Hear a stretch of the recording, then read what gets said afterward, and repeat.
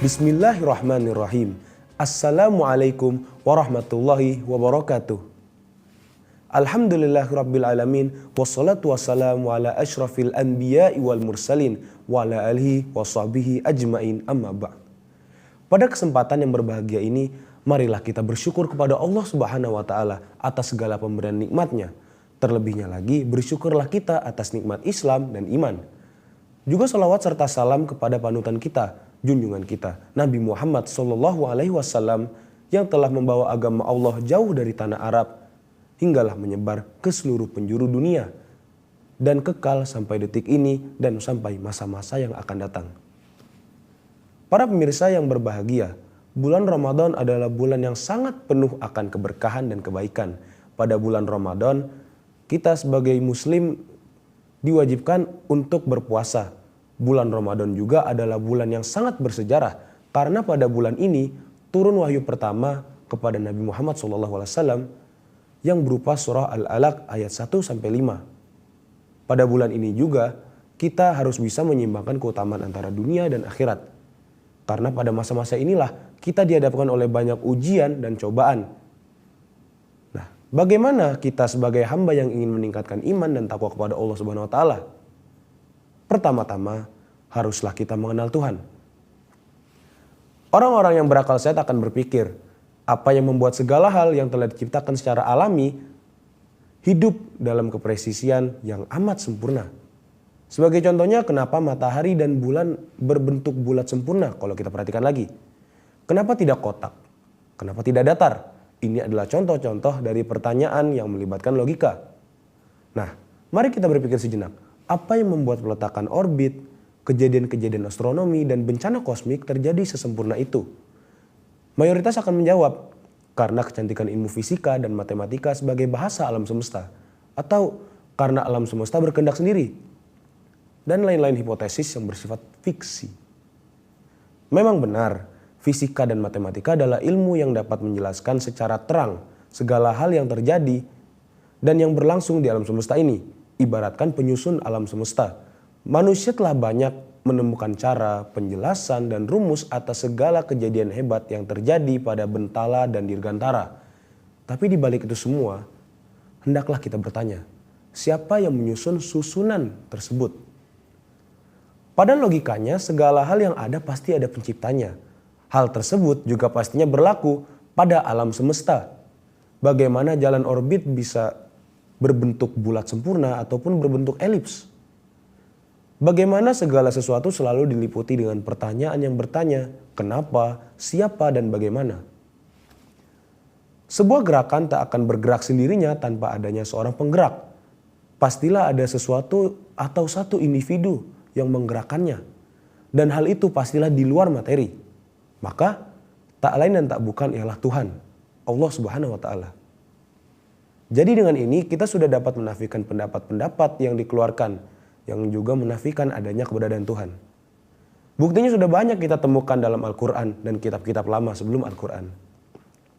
Selanjutnya, hal penting lainnya dalam beriman kepada Allah Subhanahu wa taala ialah dengan mempercayai adanya keberadaan Allah itu sendiri. Ketahuilah, cukup percaya, cukup imani. Sembahlah Allah seakan-akan kamu melihatnya. Walau kamu tak dapat melihatnya, percayalah bahwa ia melihatmu. Kita mengetahui berbagai tantangan iman pada abad-abad ini dan kita mestinya menguatkan iman kita. Hal selanjutnya yang pastinya diinginkan oleh semua manusia ialah untuk menyeimbangkan antara dunia dan akhiratnya. Menyeimbangkan dunia akhirat berarti menikmati kesenangan, kebahagiaan, dan kenyamanan dunia.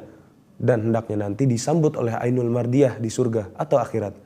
Atau secara mendasarnya kenyamanan pada kedua alam.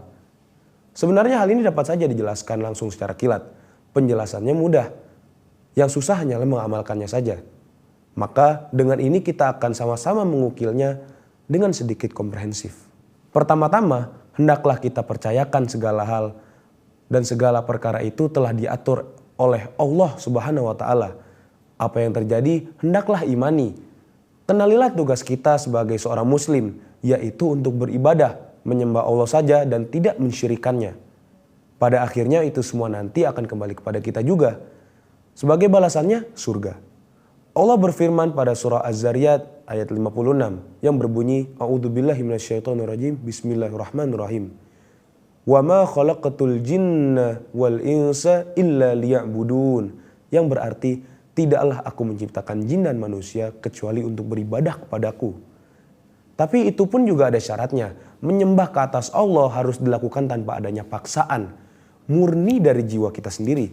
Kita yang mau. Maka dari itu diperlukan aspek kedua dalam penyeimbangan hidup antar dua alam, yakni keikhlasan.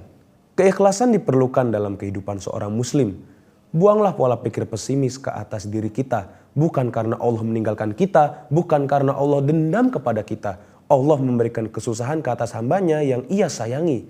Allah tidak akan meninggalkan kita, tak akan pernah. Tidaklah Allah memberikan ujian kepada hambanya, lalu ia meninggalkannya. Karena Allah selalu mengasihi hambanya.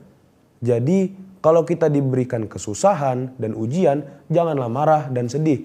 Karena hal yang demikian tak akan mengubah apapun, melainkan dapat menimbulkan potensi depresi saja.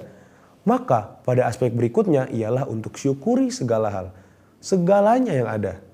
Bersyukur atas segala hal termasuk ujian yang Allah berikan. Firman Allah pada surah Ibrahim ayat 7. Wa idh ta'adzana rabbukum la in syakartum la azidannakum wa la in kafartum inna adzabi lasyadid. Yang berarti, ingatlah ketika mana Tuhanmu memaklumkan, sesungguhnya jika kamu bersyukur, niscaya aku akan menambah nikmat kepadamu. Tetapi jika kamu mengingkari nikmatku, sesungguhnya azabku benar-benar sangat keras. Dari sini saja kita sudah dapat menyimpulkan bahwa segala hal yang kita dapati, apa yang kita ada, cukuplah untuk disyukuri. Allah pastilah akan menambahkan nikmat ke atas kita kalaulah kita bersyukur atas apa yang kita ada. Cepat atau lambat pasti. Dan kalau kita kufur, maka ketahuilah azab Allah itu sangatlah pedih. Kesimpulan yang tersusun dari keseluruhan teks ini dapat saja dijelaskan secara fundamental.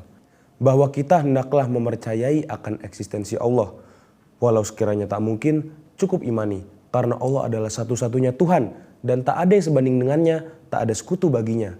Maka yang terakhir yang harus kita renungi ialah firman Allah pada surah Al-Hadid ayat 20 yang berbunyi, "Wa mal hayatud dunya illa mata'ul ghurur."